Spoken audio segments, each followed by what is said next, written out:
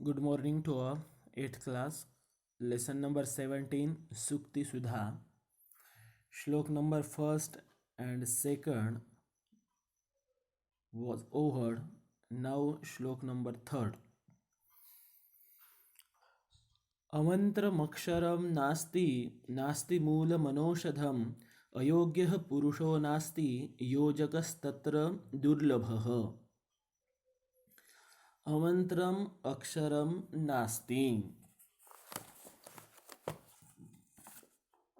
ऐसा कोई भी अक्षर नहीं है जो मंत्र नहीं है, यानी कि सभी अक्षर जो है वह मंत्रात्मक ही है. नास्ति मूलम अनौषधम. ऐसी कौन सी भी वनस्पति नहीं है कि जिसका मूल औषधि नहीं है, यानी कि सब वनस्पतियाँ जो कोई पेड़ हमें दिखाई देते हैं वो सभी का रूट जो है वह कुछ ना कुछ काम में आता ही है. अयोग्यः पुरुषो नास्ति. ऐसा कोई भी व्यक्ति नहीं होता है कि जो अयोग्य ही है, जो कुछ काम करता ही नहीं है या जो कौन से भी काम के लिए योग्य ही नहीं है. हर एक व्यक्ति के पास कुछ ना कुछ काम करने का स्किल होता है. योजकस्तत्र दुर्लभः. लेकिन वहाँ जो है वह योजना करने वाला बहुत रेयरली आपको दिखाई देता है.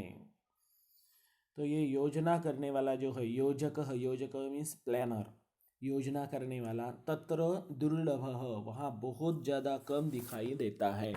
यानी कि जो लोग हैं इनके द्वारा जो कुछ काम करके लेना है, तो किसके द्वारा क्या काम करके लेना है इसकी प्लानिंग करने वाले यहाँ बहुत कम हैं. तो देखिए 4 चीज़ें बताई गई हैं. फर्स्ट अमंत्रमक्षरम नास्ति, सेकंड नास्ति मूलम मनौषधम, थर्ड अयोग्यः पुरुषो नास्ति एंड फोर्थ योजकस्तत्र दुर्लभः. तो फर्स्ट अमंत्रम अक्षरम नास्ति. There is not single letter which is not spell. Spell means mantra. ऐसा कोई भी अक्षर नहीं है जो मंत्रात्मक नहीं है. नास्ति Moolam अनौषधम. The root that is not a medicine. Third, अयोग्यः पुरुषो नास्ति. A man who is not worthy. And last, योजकस्तत्र दुर्लभः. Only one who makes use is rare. उनका उपयोग लेने वाला जो है वह बहुत ही कम दिखाई देता है, बहुत ही कम है इस दुनिया में. श्लोक नंबर 4. अतिदानात् बलिर्बद्धो ह्यतिमानात् सुयोधनः विनष्टो रावणो लौल्यात् अति सर्वत्र वर्जयेत्. देखिए पहले सूक्ति देखते हैं. अति सर्वत्र वर्जयेत्. अति का अर्थ होता है बहुत ज़्यादा. सर्वत्र का अर्थ होता है सब जगह. और वर्जयत मीन्स आपको वर्ज करना चाहिए, आपको कैंसिल करना चाहिए. मतलब कौन सी भी चीज़ जो है तो बहुत ज़्यादा होना आपके लिए हानिकारक ही हो सकता है. तो इसी के लिए मराठी में भी एक म्हण है कि अति तेथे माती. कौन सी भी चीज़ अगर आप बहुत ज़्यादा करने की कोशिश करते हैं तो वो चीज़ आपको नुकसान देती है. यही बता रहे कि अति सर्वत्र वर्जयेत. बहुत ज़्यादा सब जगह आपको वर्ज करना चाहिए. तो इसके लिए 3 एग्जाम्पल दिए हैं कि कौन बहुत ज़्यादा चीज़ करने से किसका किसका क्या क्या लॉस हुआ है. अति दानात बलिर्बद्धो. अभी दान करने की प्रक्रिया जो है वह बहुत ज़्यादा दान करने के कारण बलि राजा भी उसमें बद्ध हो गया. उसमें भी वो दान करने की जो चीज़ थी उसमें वह बांधा गया. मतलब बाद में उसके पास भी कुछ नहीं रहा. क्यों? क्योंकि बहुत ज़्यादा दान करने के मर्यादा से ज़्यादा जो दान करता है उसके पास कुछ भी नहीं रहता है. तो वो दान करने में भी आपकी एक गति होनी चाहिए, वो गति से ज़्यादा नहीं करना चाहिए. यतिमानात सुयोधन. सुयोधन मीन्स दुर्योधन. दुर्योधन जो है अतिमानात. दुर्योधन बहुत ज़्यादा मान मान मान अपमान करके करके वह खत्म हो गया उसी के कारण. और विनष्टो रावणो लौल्यात, विनष्ट विनष्ट मीन्स नष्ट हुआ, रावण मीन्स रावण, और लौल्यात मीन्स ड्यू टू डिजायर, लोल्यात ड्यू टू डिजायर, उसकी बहुत ज़्यादा इच्छाएं थी, वो बहुत ज़्यादा इच्छाएं के कारण वो भी नष्ट हो गया।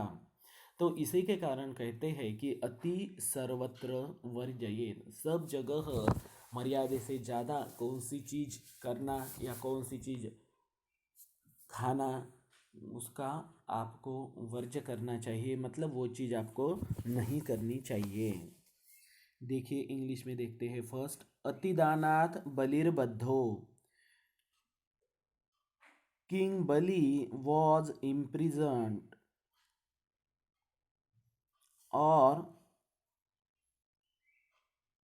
सस्प्रेस्ड on account of excessive charity, on account of excessive charity the Bali was imprisoned, बहुत ज़्यादा दान करने के कारण बलि राजा जो है वह बांधा गया, यानी कि वह थोड़ा उसमें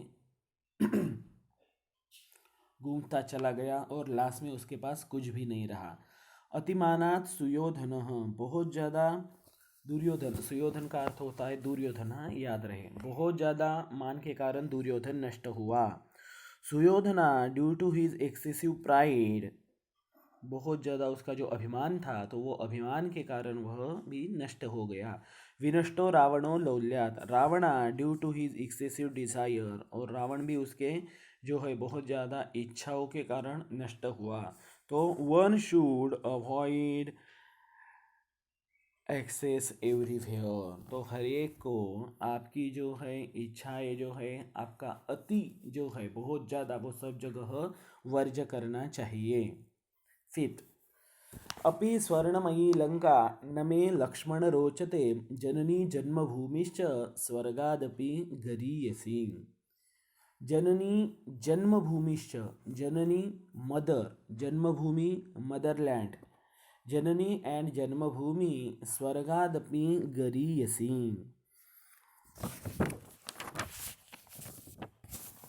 These both are great, और ये है कि गरीयसी, गरीयसी शब्द का अर्थ होता है ग्रेट, और स्वर्गाद अपि, स्वर्ग से भी, देन इवन द हेवन, जननी जन्मभूमिश्च स्वर्गादपि गरीयसी, माता और मातृभूमि जो है वह स्वर्ग से भी श्रेष्ठ है।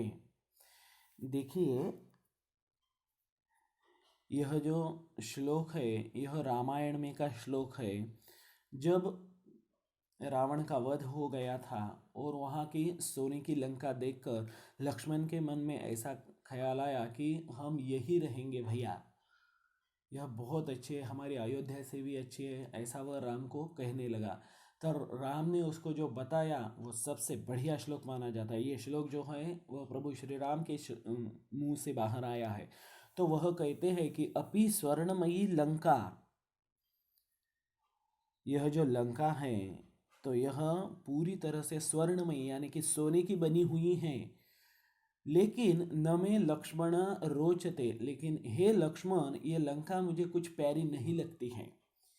तो क्यों प्यारी नहीं लगती है उसका भी रीज़न उन्होंने बताया है कि जननी जन्मभूमिश्च स्वर्गादपि गरीयसी, जननी और जन्मभूमि ये स्वर्ग से भी श्रेष्ठ होते हैं। तो हमारी माता जहाँ है, हमारी जन्मभूमि जहाँ है और हमारी मातृभूमि जहाँ है, हमारी माता जहाँ है और हमारी मातृभूमि जहाँ है, तो वही हमें जाना चाहिए। देखिए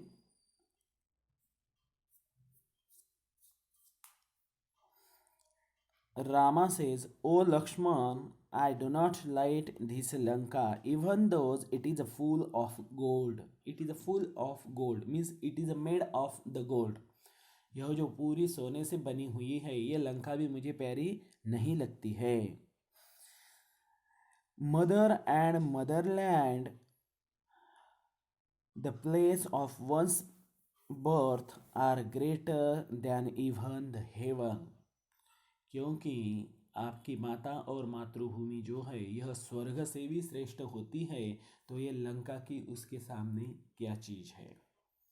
मतलब कौन सी भी हालत में हमें हमारे माता के और मातृभूमि जहाँ हमारा जन्म हुआ है उस जगह हमें जाना है। ये लंका का सोने की रहे या चांदी की रहे, इससे हमें कोई लेन देन नहीं है।